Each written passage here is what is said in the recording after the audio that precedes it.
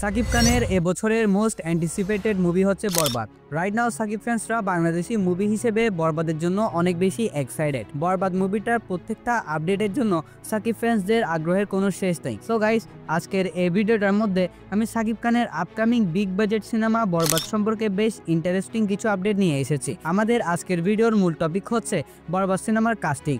এই সিনেমাটার মধ্যে কে কে থাকবে, এই সিনেমার ভিলেন কে হবে, নায়িকা কে হবে ইত্যাদি বিষয়। সো ভিডিওটা শুরু করার আগে একটা রিকোয়েস্ট, সেটা হচ্ছে আমাদের চ্যানেলে যদি আপনি নতুন হয়ে থাকেন তাহলে ভিডিওটা লাইক এবং চ্যানেলটা অবশ্যই সাবস্ক্রাইব করে রাখবেন। তাহলে আর বকবক না করে ভিডিও শুরু করা যাক।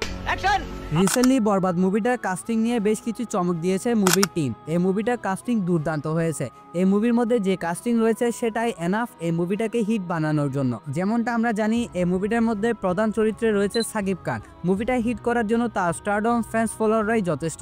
তাছাড়া বরবাদ সিনেমাটার ফার্স্ট লুক পোস্টার দেওয়া হয়েছে, সেটা অলরেডি অনেক বেশি প্রশংসিত হয়েছে। এই সিনেমাটার মধ্যে প্রধান নায়িকার চরিত্রে আমরা দেখতে পারবো ইদিকা পালকে। এর আগে প্রিয়তম সিনেমার মধ্যে আমরা ইদিকা পালকে সাকিব খানের সাথে দেখতে পেয়েছিলাম এবং প্রিয়তম সিনেমার মধ্যে সাকিব খান আর ইদিকা পালের জুটিকে অনেক বেশি পছন্দ করেছিল দর্শক। আরও একবার এই জুটিকে আমরা বরবাদ সিনেমাটার মধ্যে দেখতে চলেছি। এই সিনেমাটার মধ্যে মেইন ভিলেন হিসেবে রয়েছেন যিশু সেনগুপ্ত। এই সিনেমার মাধ্যমে যিশু সেনগুপ্ত আর সাকিব খানকে একই সিনেমার মধ্যে দেখতে পাওয়া যাবে। তাছাড়া এই সিনেমাটার মধ্যে আইটেম গান গাবেন প্রীতম। আইটেম গানটার মধ্যে নুসরাতকে আমরা দেখতে চলেছি। নুসরাত এর আগে সাকিবের নাকাব মুভিতে সাকিবের বিপরীতে নায়িকা চরিত্রে অভিনয় করেছেন, আর নুসরাত এবার এই প্রথম সাকিব খানের কোনো মুভিতে আইটেম গানে পারফর্ম করতে চলেছেন। তাছাড়া বরবাদ সিনেমাটার মধ্যে সিরিয়ালের জনপ্রিয় অভিনেত্রী রিয়াকে একটা গুরুত্বপূর্ণ চরিত্রে দেখতে পাওয়া যাবে। শোনা যাচ্ছে তিনি এই সিনেমাটার মধ্যে ইদিকা পালের বোন হবেন। সাকিব খানের সিনেমা আর সেখানে মিশা সওদাগর থাকবে না এমনটা তো হতে পারে না। মিশা সওদাগরকেও তুফানের মতোই একটা গুরুত্বপূর্ণ চরিত্রে দেখতে পাওয়া যাবে বরবাদ সিনেমাটার মধ্যে। আশাবাদী তুফান সিনেমার মতোই আগুন লাগিয়ে দিবে বরবাদ সিনেমাটা।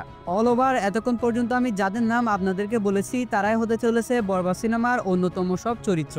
সবকিছু অ্যানালাইজ করে বোঝা যাচ্ছে এই সিনেমাটার মধ্যে বেশ ভালোভাবে কাস্টিং করা হয়েছে। তুফানের পর বরবাদই হতে চলেছে সাকিব খানের আপকামিং আরো একটা ধামাকাদার সিনেমা।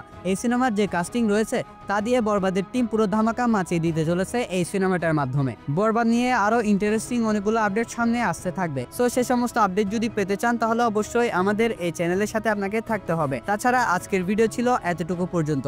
যদি ভালো লাগে তাহলে অবশ্যই লাইক এবং চ্যানেলটা সাবস্ক্রাইব করে রাখবেন। তাহলে দেখা হচ্ছে নেক্সট ভিডিওতে।